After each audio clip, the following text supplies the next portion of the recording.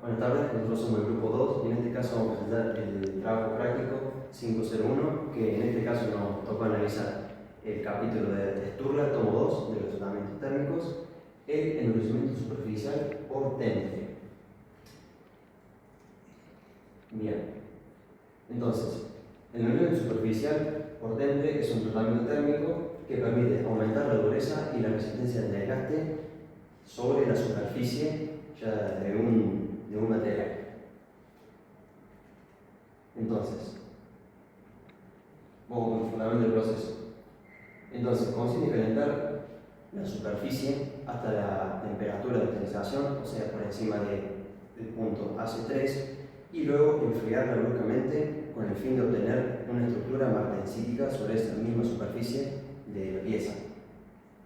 Entonces, la capa superficial nos va a quedar una martensita de alta dureza, entre 700 y 800 de dureza Vickers, y una vez ya revenida, vamos a tener que puede aparecer trostita o zorrita revenida.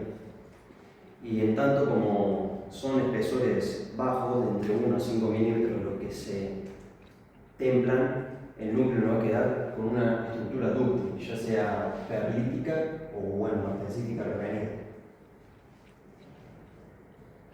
Bien, como en este figura 1 vemos cómo va a variar la dureza, en este caso está en dureza Brinell, a medida que nosotros nos acercamos hacia el núcleo. Entonces tenemos sobre la superficie, vamos a tener la mayor dureza, y a medida que nos vamos acercando hacia el núcleo de la pieza, por ejemplo en un redondo podría ser, vemos cómo cae bruscamente la dureza y existe una zona de transición donde la dureza ya en el núcleo se estabiliza y se mantiene constante.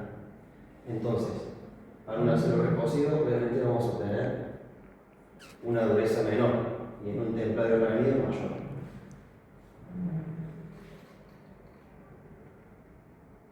Bien, tenemos cierta variable crítica que va a tener este temple superficial. Entonces, primero, composición química del acero, como puede ser contenido de carbono y aliante, como ya sabemos, si tiene cierto aliante del acero, mejora generalmente la templabilidad de este. También la temperatura y duración de calentamiento, que ya que si no pasamos la temperatura de optimización AC3, no vamos a poder lograr convertir martensita. Luego, la velocidad de enfriamiento, que tiene que ser la necesaria para obtener martensita y no perlita o vainita. Bien, el estado previo del material, ya sea recocido, normalizado, revenido, también va a influir, y el espesor que queremos endurecer, que bueno, acá dice típicamente entre 1 a 5 milímetros como máximo.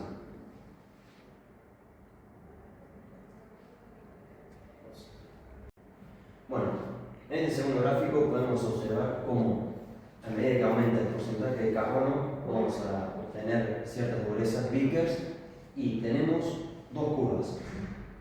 La curva 1 pertenece a durezas obtenidas con un tratamiento térmico clásico, digamos. Y la segunda curva pertenece a un tratamiento térmico superficial, que como podemos ver obtenemos con la misma cantidad de carbono mucho mayores durezas Vickers. Bien, ahora vamos con ciertos métodos que se pueden hacer para realizar este tratamiento térmico. El primero son el baño de sales o metales fundidos. Este método es adecuado para piezas de revolución y genera un calentamiento homogéneo, aunque limitados a geometrías simples.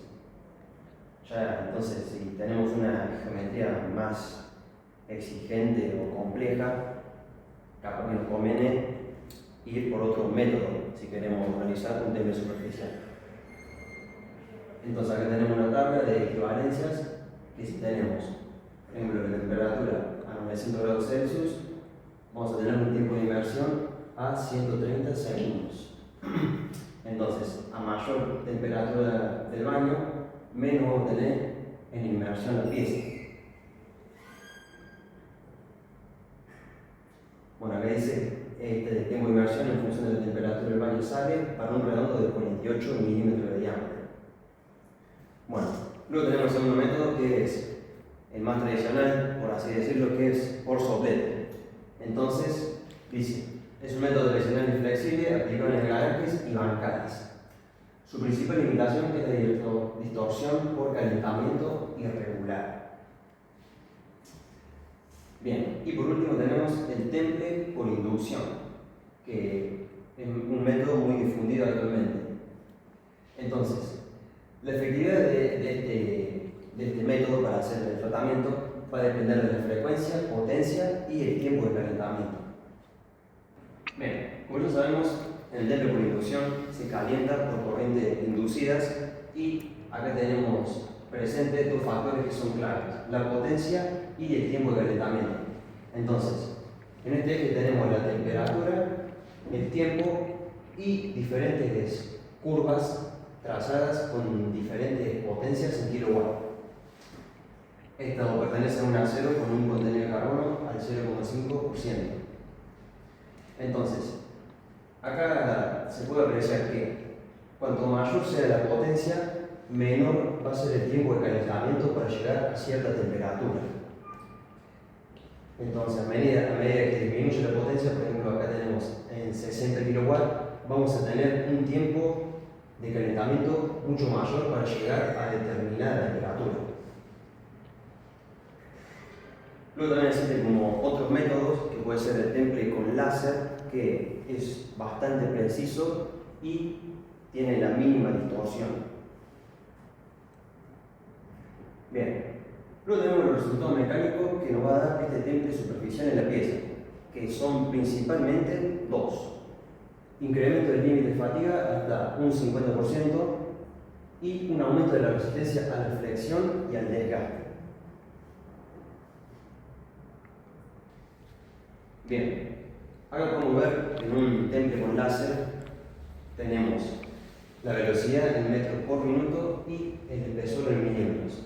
Entonces se puede ver que a mayor velocidad la base del láser vamos a obtener menor penetración sobre la pieza, que eso se traduce a un menor espesor. Acá se muestran diferentes tipos de revestimientos que puede tener el material, perteneciendo a este barniz acrílico, fosfato y grafito.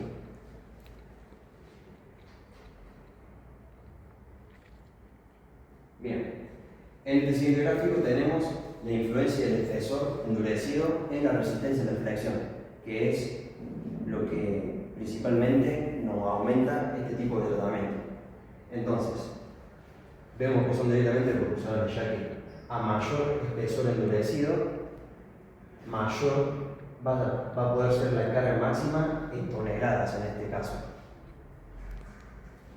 Hay que ver que acá tenemos las composiciones del acero y a qué temperatura se hizo el temple y el revenido de este. Bueno, acá tenemos una tabla de las fallas asociadas que puede tener el temple superficial. Aunque este mecanismo de endurecimiento puede ser efectivo, si no controlamos bien el calentamiento, el enfriamiento o usamos una composición incorrecta del acero, podemos presentar algún tipo de falla. Por ejemplo, estas primeras son grietas del temple. La causa principal debe ser un enfriamiento brusco que va a generar bastantes tensiones internas. Consecuencia, vamos a tener una fractura prematura bajo carga de impacto y prevención, un revenido inmediato a una temperatura de entre 200 y 300 grados Celsius. Esto con el fin de relajar la tensión interna que tiene ese material y pueda cumplir su función correctamente.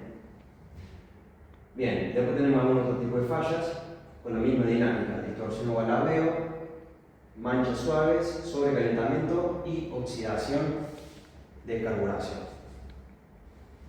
Bien, llamo a la conclusión que el endurecimiento superficial por temple combina dureza superficial con tenacidad interna.